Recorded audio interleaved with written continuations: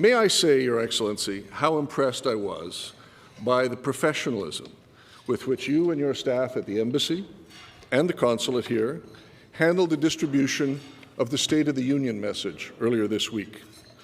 As a communications guy and a former diplomat, I'm used to getting speech texts from companies a few days after the event. These days, from some of the flashier embassies, perhaps an email with a link to a website with an edited transcript on it. But boy, the White House and your team are in a different league. For any political junkies or communications people in the room here who haven't yet done this, may I say go to whitehouse.gov and go to the State of the Union page, and you'll see a complete Hollywood production of the President's speech with animation, video, and graphics scrolling beside it as the speech is delivered, connected to every manner of social media thread one can imagine. And it's a singularly impressive piece of communications work. It went up minutes after the President sat down, and embassy staffs here, and I suspect around the world, sent messages to the people on their lists encouraging them to go and visit. It was an impressive conception, impressive execution, an exemplary demonstration of modern public diplomacy, in my view. And may I say as well that those who believe that it is the role of senior diplomats from respected allies to find hockey tickets and hotel rooms for visiting citizens of their host country and never to comment on issues of public policy or represent the interests of their government and their country here, I think need another think coming. Ambassador Jacobson has been a very proud and effective advocate of the Obama administration.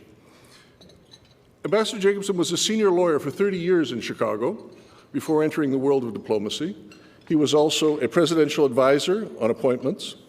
He's one of those Americans who already had a good knowledge of Canada before his arrival, and since then has traveled from coast to coast to dozens of communities across the country. His humor, his sincerity, his passion have won him many friends in Ottawa and in communities across the country. And at the risk of making His Excellency blush, I cannot resist telling you a brief story in the words of his wife, Julie. A few weeks before the election, there were mutters among the self-important in Ottawa about why they had not been invited to the ambassador's residence for election night. Seated at a table with Mrs. Jacobson in October, I gently raised the question with her as a newcomer, as innocently as I could. She laughed out loud and said, "Tell everyone not to fuss, no one's being invited." I looked a little baffled, and she added, "David is such an election night worrier, I will not plan an event unless the President is 10 points up in the polls. Otherwise, he will simply abandon the guests and sit angrily in front of the television all night." She relented. It went all right on the night. We're delighted to still have one of our most popular U.S. ambassadors with us here today. Excellency, the podium is yours.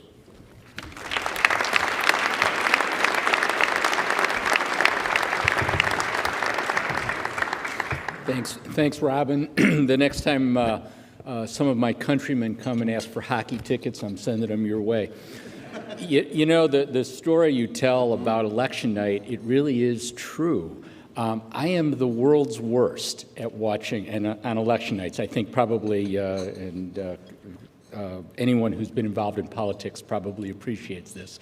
But these are moments of great nervousness. And my wife was actually referring to another election night, another presidential election night that we were involved in several years ago. And I had been very involved in the campaign. And we decided that we were going to invite everyone who had done anything with me over the course of the election season to my house. And that was a lot of people. We had a couple hundred people at my house, and they're all there, and they're watching TVs. And it started out, the night was going quite well, and as the night wore on, it got a little worse and a little worse. And I disappeared. I went up to our bedroom, and I'm watching in my bedroom, and I'm calling the headquarters and what's going on, and this is terrible. And my wife came upstairs and said, "We have 200 people downstairs." So that's what she had in mind. And so this time we did indeed. We were by ourselves, and as I told everyone, I'm going home, I'm getting in my pajamas, I'm sitting in front of the TV. But this one worked out better than the last one. First of all, it is great to be back among friends. It's great to be here in Toronto. I want to thank Robin for those kind words. All the others, my friends from Porter, Jeff Belcher from CIBC, Jeff Wilson from the Airport Authority. I am looking forward to that bridge or that tunnel underneath. Councillor Michael Thompson, who I think most of you know here as the chairman of the Economic Development Committee of the Toronto City Council. In my family, he is known as my wife's co-chair of a project that they're working on of a cultural exchange between Chicago and Toronto, and he is my wife is sometimes quite a bit more fond of Michael than she is of me. Don't have to worry about that. But what I thought I would talk to you about here tonight, or this afternoon, is what to expect in the second Obama administration. And I will tell you at the start, I am an optimist. I probably always am an optimist about most things, but I am particularly optimistic about the president's second term. Although somebody reminded me of what Oscar Wilde said, that optimism is born out of sheer terror at the alternatives, and I think that may apply here. If it doesn't go well, the alternative is not a pretty sight. The president has given two speeches over the last 3 weeks, the inaugural address and the State of the Union 2 nights ago. And I think that they do a very good job of setting out what his priorities are, and I want to talk a little bit about those priorities and how I think it will play out, perhaps what some of the implications are for Canada, and then save all your questions, and I'll be happy to answer them when I'm done. The president's first priority, and without question, this is his biggest priority, is to fix the long-term fiscal imbalance with our government, to get our economy back on track. And as I have said repeatedly since I have been here, the single most important thing that the United States can do for Canada is to get our economy fixed. When we do well, you do well. And so his priority, I think, very much syncs with what Canadians' priorities for the United States ought to be. There are two distinct parts to what the president needs to do. One of them is to reduce spending, and particularly to reduce spending over the long term.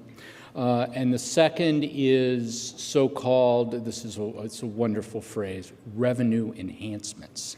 Most of us would refer to those as taxes. And it is taxes, and in particular tax reform in the United States. And the fact of the matter is we need both to adjust our spending and to increase our revenue. You cannot balance our budget or come anywhere close to balancing our budget by simply cutting what some people would like to cut, what is, in my country anyway, referred to as non-defense discretionary spending. That's everything except our entitlement programs and defense spending. That's all the money that we spend on the State Department. It's all the money that we spend on roads. It's all the money that we spend on research and development. And all of that non-defense discretionary spending is 18% of the federal budget. Our budget last year was out of balance by 30%. Now, there are a lot of smart folks in this room. I know many of you, and if any of you can explain to me how we can reduce 18% enough to make up 30%, I'm with you.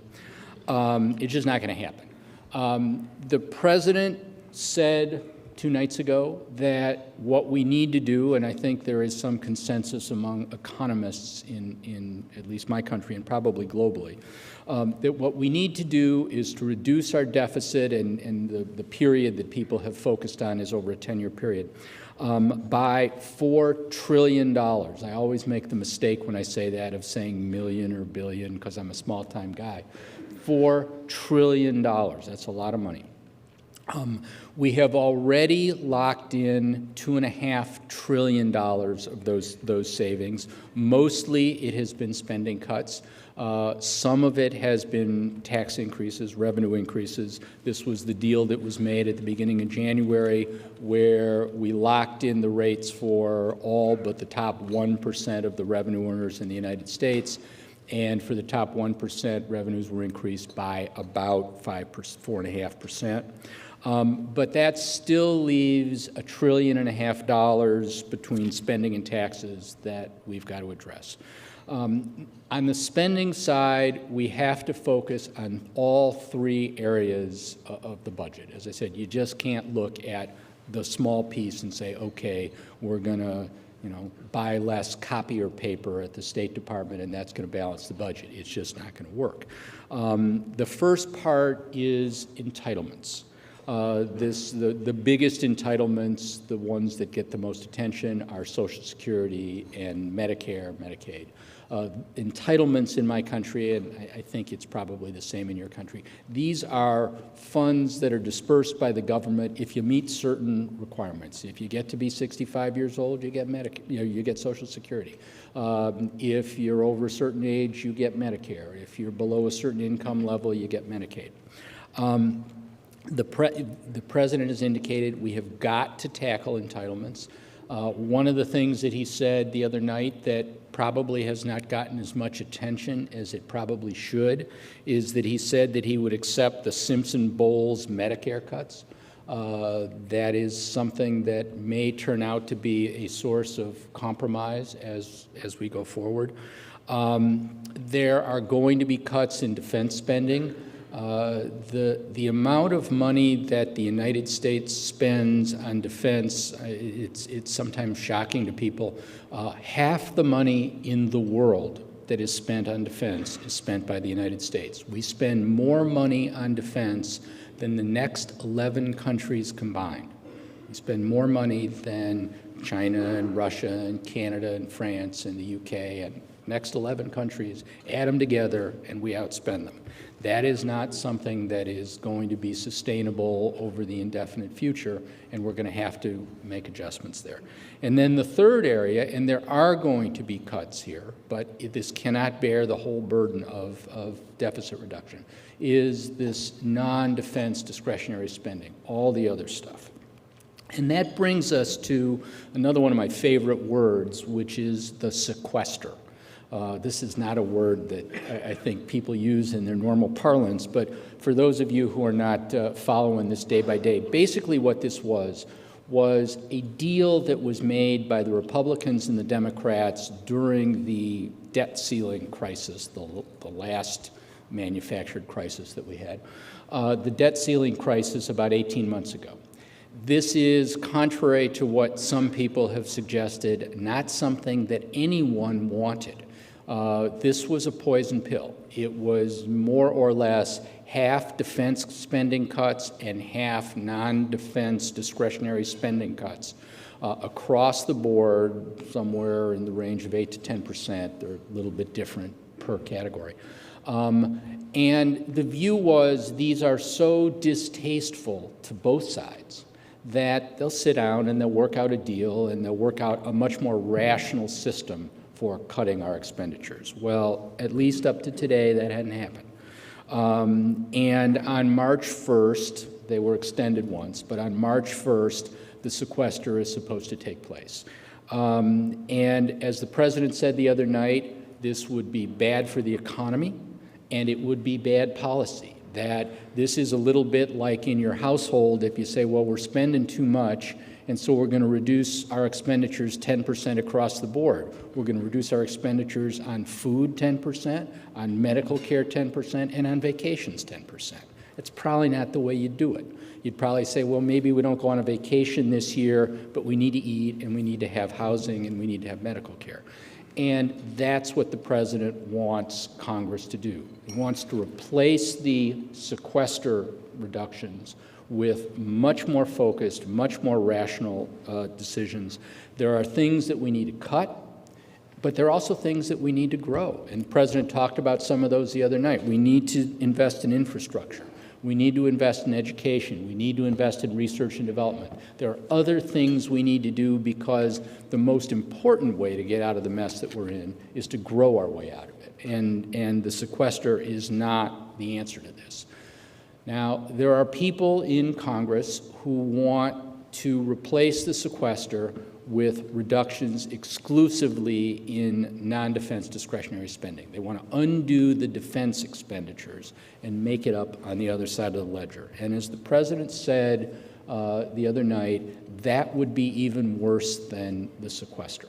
That it is just totally unfair to assume that the people who need this money the most, the people who are poor, middle class, these are unemployment benefits. These are the things that our society needs perhaps the most, to try to balance the budget exclusively on the backs of these folks. So the hope is that on the spending side, that Congress is going to work something out before the sequester, and we are going to try to rationalize the reductions in spending. The other half of this is taxes. The president has called on Congress to close the loopholes in the tax code. That's where the focus is now.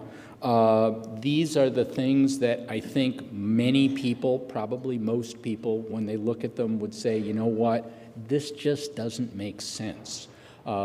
These just aren't fair. And let me give you a couple of examples. One of them is, and no doubt I will offend some people in the room when I talk about this, but carried interest. Carried interest is the way that people in hedge funds and private equity firms and other kinds of investment firms, it is one of the ways that they get compensated. And basically, it is a percentage of the profits that are made by the entity. They don't put up their own money. They can in addition, but this is not their own money. It's just a percentage of the profits that other people make. And in my country, the carried interest is taxed at a capital gains rate and not an ordinary income rate. What that means, given our present tax code, is that if you run a hedge fund, that you get the income that you make from the hedge fund taxed at 20% instead of 39.5%, which is the rate that my income gets taxed at. And most people would say, you know, they're working just like me, they're doing the same thing, they're going to work, they're making decisions, they're doing the same things, for example, that the lawyers who work on those same deals do, but they're paying tax basically at half the rate of everyone else. And the president has said, you know what, that doesn't make a lot of sense. This is a place, and it's a thing like that where we can make up a lot of money. Another example of this is there are a number of household name multinational corporations, I won't name them here, but you've heard of most of them, that pay very little and in some instances no federal taxes. And if you think about that, you'd kind of think, and it's not illegal, they're doing exactly what the law allows, that, you know, if I was there, I'd probably do the same thing. But if you think about it, it just doesn't make a whole lot of sense that if you're one of these big companies, you are getting a benefit. Your stockholders are getting a benefit. Your employees are getting a benefit from the government of the United States of America. You're using the roads, you're using the courts, you're protected with our military, and the list goes on. And that the notion is that those folks probably ought to be paying something for those benefits. Another area or another thing that the president has talked about, and there's been a lot of discussion about in my country, is the so-called Buffett rule. This is named after Warren Buffett. Warren Buffett has explained that it's probably not fair that he pays a lower tax rate than his secretary. The reason for this, again, is fundamentally because of the difference in the way that we tax capital gains and ordinary income. And the notion is that there ought to be some minimum amount. Different people have talked about different numbers, and is it 20%, 30%, 25%, but some amount, and that everybody has to pay, or at least every high-income earner. If you make millions, if you're Warren Buffett, maybe you ought to pay 30% of your income in taxes, no matter how it's earned. So that is those are the tax pieces. There were a few other economic pieces, important economic pieces, that were put into the State of the Union the other night. The president talked about raising the minimum wage from $7.50 to $9. His point was that in our country, the richest country in the world, that if people are working and working hard and doing all the right things, they should not live in poverty. And that's something that there is a great deal of support for in the polls in my country. He wants to index the minimum wage to inflation. This was an idea that Governor Romney proposed during the election, and the president has adopted it. Another thing that the president announced in the State of the Union, and this is one that I think there are significant implications for Canada on, or really for North America generally, is the announcement that the United States is going to begin negotiations with the European Union on a trade agreement. We are following in Canada's footsteps here. Canada is in the final stages of negotiating a trade agreement with the European Union. This is going to take a while. If there's one thing I've learned in the last 4 years of working in the government, it is that trade agreements do not come quickly. It will take a while, but it is one of those things that certainly for my country and for Europe, there's a potential to create millions of jobs. And when you marry NAFTA, which is the original regional trade agreement, Canada, the United States, and Mexico, with the Trans-Pacific Partnership, which is the trade agreement that is now being negotiated among the Pacific countries, including Canada, the United States, and Mexico, and trade agreements with the European Union, I think that that puts North America in a very strong economic position as the bridge between these two great trading blocs in the world. So I think that's something that we really need to pay a lot of attention to. The second thing that the president talked about is, and his second priority, is energy and the environment. And he talked about, both in the State of the Union, and he has talked about it elsewhere, including to me, about the opportunity that we have for increased energy production, not just in the United States, but all over North America, and Canada is a critical component of that. And the issue in the United States, and the issue that the president is wrestling with, is how do we strike the right balance between our need for safe and secure sources of energy, I flew here today, uses fuel, and the environment and climate change. And the president said the other night to Congress that he wants Congress to act. He wants Congress to come up with its solution to this problem. But if Congress doesn't act, he is going to do all that he can with his executive authority as president to act. And he's asked each of his cabinet departments to come up with plans for things that can be implemented without legislation. So I think we are going to, the president has made it clear that he wants to do more. And quite frankly, these are the same sets of issues that all of you as Canadians and as your government is wrestling with. These are difficult decisions. The question is where you strike the balance. We might quibble with exactly where, but the fact is whether you're talking about things in the United States, legislation in the United States, or things here in Canada, Northern Gateway is a good example of this, we're all struggling with the same thing. Now, that brings me to the Keystone Project. Yesterday, I talked a little bit about the president's remarks on climate change, and some folks tried to interpret what I had to say as somehow or another a veiled threat by the United States that, if Canada didn't do something, we weren't going to approve Keystone. And as I said yesterday, and as I will say again today, as clearly as I can, that is not so. There is an open and there is a transparent process with respect to the presidential permit on Keystone. Last Friday, I was in a meeting with the new Secretary of State and the Canadian Foreign Minister, John Baird. It was the first meeting that Secretary Kerry has had with anybody, which I think is evidence of the nature of the relationship between our two countries. And in that meeting, Secretary Kerry hard for me not to say Senator Kerry. Secretary Kerry explained where we were in this process. Nebraska, which had passed a law which caused the last delay, has acted. They have selected a route. They have approved a route through the Sandhills of Nebraska, or around the Sandhills of Nebraska. We are expecting soon a release of what is called the draft supplemental environmental impact statement, the statement that is going to address those changes in the route and any other changes that have taken place since the last environmental impact statement.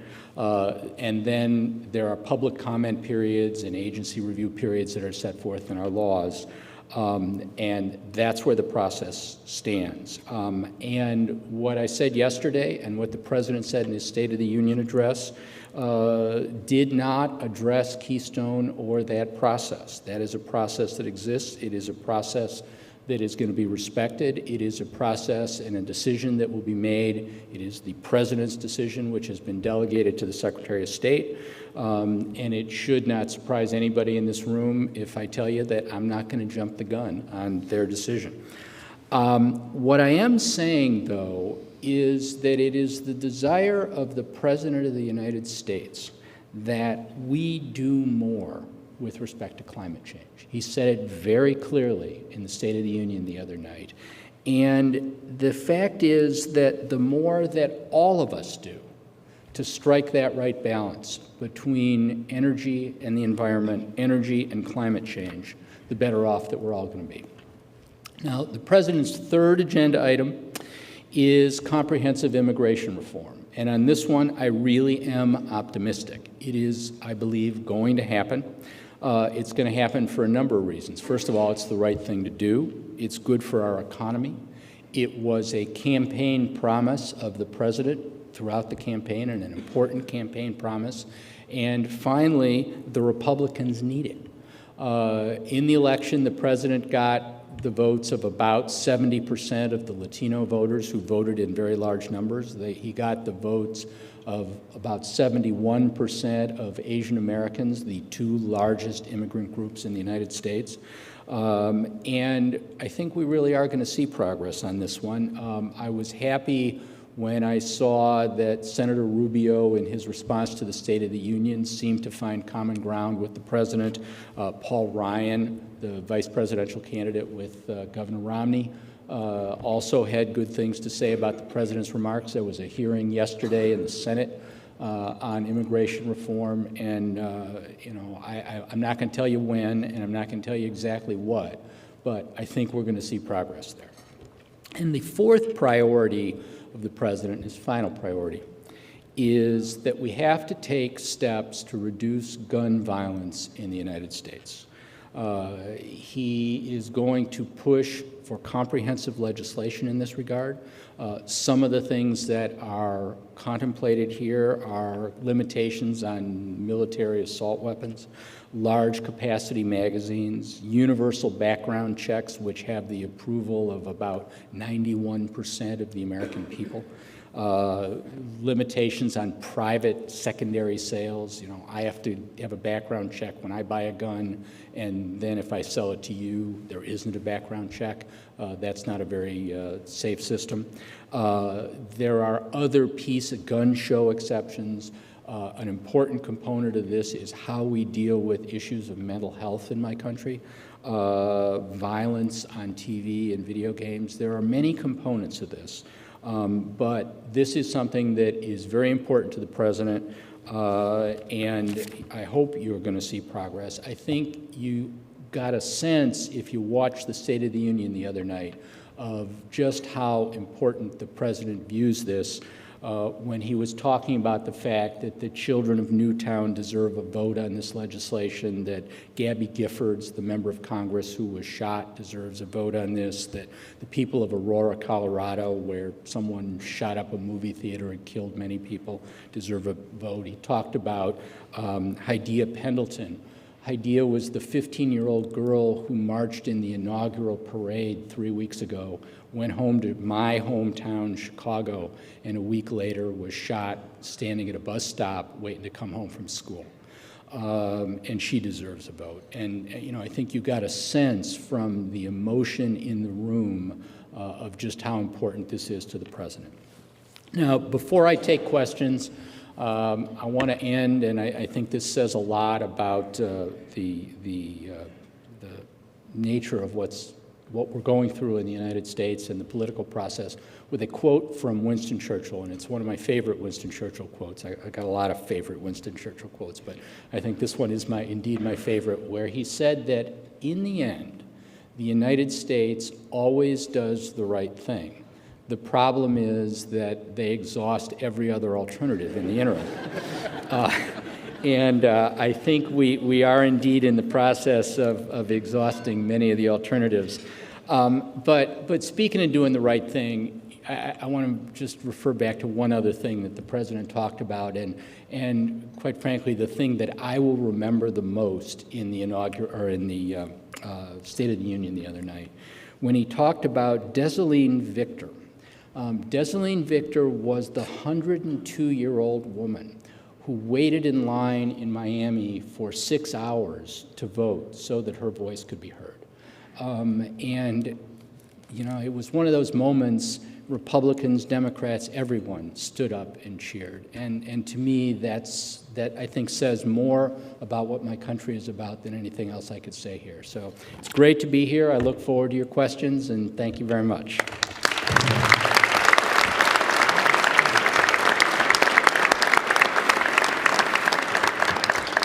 Ambassadors kindly agreed to take a few questions. We have a microphone here and a microphone there, and we have a question right here. Ambassador. You talked, Ambassador, about immigration reform. Can you talk about business visitors traveling back and forth? I work for a Canadian multinational. We experience a lot of problems with that. Do my Marco Rubio moment here. It was really quite something. It's a great question.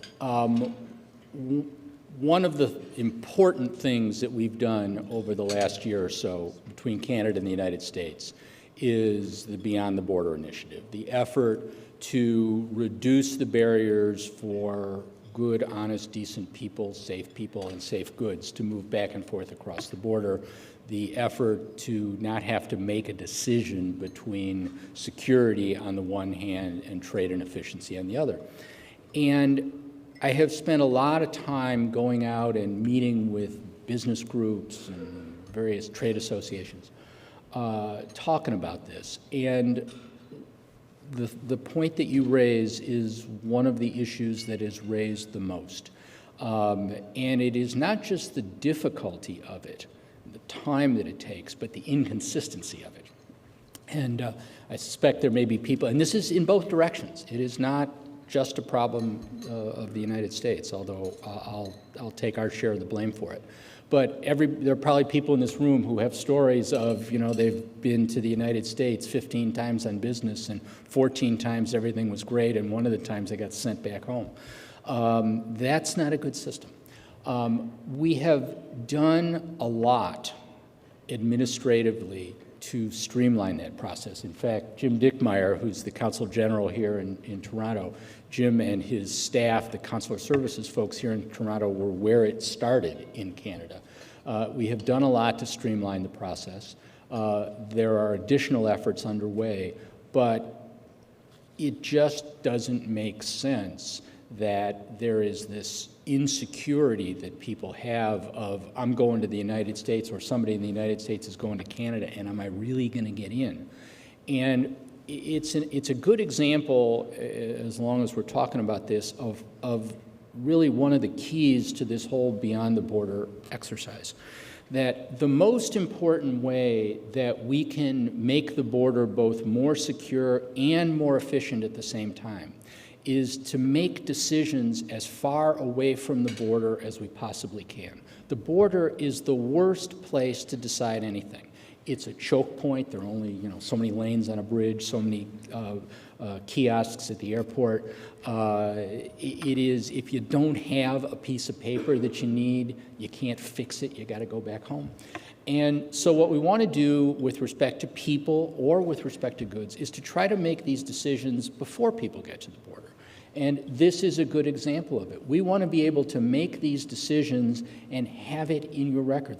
Decisions that were made online, you've supplied the information that you need, and we've said, okay, it's okay for you to go to the United States. And what we hope to be able to do is to marry with respect to people, there's a separate system with respect to goods, but with respect to people, the Nexus program, which I got to tell you, I am a huge fan of, and anybody here who goes to the United States with any frequency who doesn't have a Nexus card, do not pass go.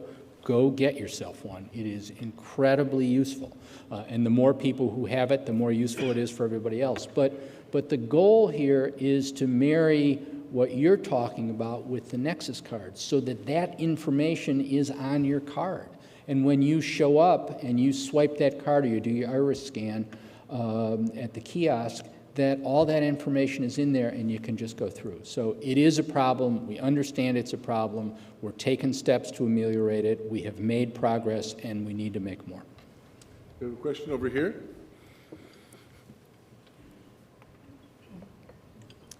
Mr. Ambassador, there was an article in the paper this morning that indicated that President Obama believes that democracy works best when you have a strong middle class. I think he was adhering to Ayn Rand's theories. How will we do that? Jobs or what? I'm sorry, I didn't hear the end of the question. Well, I think he defers to the late Ayn Rand's writings. I didn't read that part. I will say this with respect to the president's views on this, and both the president and the vice president have been champions of this. And it is just empirically true that the development of democracy, going back to the process in Europe and then very much in the United States, is the history of the middle class. That the more people that have a stake in society, the more democratic those societies become. I mean, it's just true. But the other piece, and the piece that I think he was talking about recently, is that economic success is also tied to the strength of the middle class. And this, too, is empirically true. That if you look at societies that are doing well and that have historically done well, they are societies with very strong and growing middle class. That societies where there is great disparity of wealth, even rich societies that, net, where some people got all the money and other people have much less, obviously it's overstatement, but where you have these disparities and greater disparities, those are the countries that do not do as well for everyone. And so the president feels very strongly that we need to strengthen the middle class. We need to get as many people into the middle class as we can. We need to see incomes in the middle class grow. Over the last generation, incomes in my country for the middle class have been flat, where incomes for the top 1% have gone up dramatically. And the notion is, number one, it's not fair, but I think more to this point, it's just not economically good. And so the president feels strongly about that, the vice president feels strongly about that, I feel strongly about that. Last question over here. Ambassador, thank you for coming here today. My name's Jillian. I work with an organization called Environmental Defense Canada. It's been very encouraging as a Canadian recently to hear the strong statements from the president and others on climate change, because our government has made it very clear that we will follow whatever the U.S. leads with. There does seem to be a bit of a disconnect on different sides of the border, though, in terms of the impact that Keystone would have on the pace and scale of tar sands expansion. Approval of Keystone will lead to the expansion of the tar sands significantly by a couple 100,000 barrels a day. And this is coming at a time when we, quite frankly, have no real limits on carbon pollution, toxic tailings, habitat destruction from the industry. So it's of large concern to us in Canada as well as to groups in the US. So in the vein of looking for solutions together, I was wondering if you can describe a little bit about what the US might do moving forward to try to reduce oil demand overall through measures like transit, electric vehicles, et cetera, and if there are plans on the table for that. Let me first say, on the Keystone point, let me reiterate so I don't get in trouble. As you know, I remember a four-star general who was in Canada speaking about something, and he said, you know, I didn't become a four-star general by stepping on landmines. And I'm reminded, you know, I got nothing to say about the Keystone process beyond what I just said, and, you know, your views are your views, and you're certainly entitled to them. But on the question part of it, again, the president talked about this the other night. You know, the easiest way to reduce our carbon footprint is to conserve. And you know, one of the things he talked about the other night, and there will be more of these as we go along, and these are the kinds of things that can be done with executive order, is how can we reduce the waste that we have in our homes? You know, everybody talks about, well, increasing mileage for cars. Well, we're doing that, and we're doing it actually quite aggressively. And, you know, again, we can argue about how far we should go, but we're doing a lot. But what we need to do is we need to do more because, and you may have more detailed numbers, but I believe it's about a third of the energy that we use is used in our houses. And an awful lot of that is wasted. And there are a lot of things we can do. And so the president said, you know, let's take steps to conserve in our houses. There are all kinds of things that we can do to use less energy. And if we use less energy, I mean, that should not be real controversial. It's good. It's not just good for climate change. It's good for the environment. It saves money. It's good for our foreign policy. It is good for the strength of the economy. It's good for everything. And so conservation really has to be one of the core principles here in our effort to strike the balance between energy and the environment. And it's one of those things that perhaps, you know, it doesn't have quite the excitement that solar energy or something else might have. But the fact is that in the short and medium term, it's probably the thing that has the biggest bang for our buck. So it's very important, and thanks for bringing it up. And thank all of you. Thank you very much. Could I call on Jeff Belcher now to thank our guests? Good afternoon. I'm Jeff Belcher, co-head of wholesale banking at CIBC. And on behalf of CIBC, it was a great honor for us to be one of the sponsors at today's lunch. On behalf of everyone, Ambassador Jacobson, I want to thank you for your thoughtful comments. Your speech was just terrific. Ambassador, you have been a strong voice for a strengthened bilateral relationship over the past 4 years. The next 4 are likely to be every bit as successful and as challenging for both of our countries. We have watched as fiscal cliffs, borrowing ceilings, and pipeline debates have each caused folks in Washington to sneeze. Now, so far here in Canada, no one has yet caught a cold. You have been a strong voice recognizing the fact that both our countries are each other's best friends, and a strong voice for increased cooperation.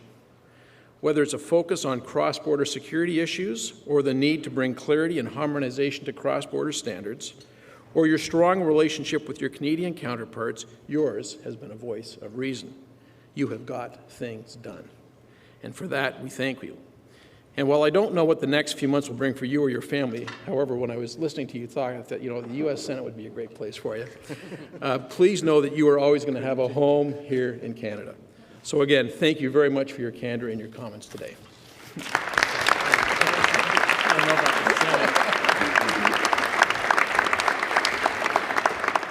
Thank you very much, Jeff. And can I present, as we always do, as a token of our appreciation, a copy of Who Said That, a selection of the speeches of the last 100 years, and you'll be in the next volume. Thank you very much. Thank you very much. Finally, each of you should have a list of events at your table there, and let me apologize for the typo that translated the ambassador's name into Norwegian or something. I don't know how that happened. But moving beyond that, you have a list of some impressive events. Coming up next week, Piers Handling, Director and CEO of the Toronto National Film Festival, will be here. And I can't blow his cover except to say I think he will have a surprise for many of us. Tuesday, March the 5th, we will have Councillor Adam Vaughan and Sandy Garasino, co-founder of Vancouver Not Vegas, as they launch our contribution to the casino debate. The pro side will come later. That's here in the Arcadian Court, as is Piers Handling. Finally, I'd like to thank the Toronto Port Authority, Porter Airlines, and CIBC for sponsoring our event today. The National Post, our print media sponsor. This meeting will be carried on Rogers Television. We're grateful to them, as always, for their support. We're now on Twitter and Facebook, as well as at empire.org. Thank you all for coming. Look forward to seeing you again next week. This meeting is adjourned.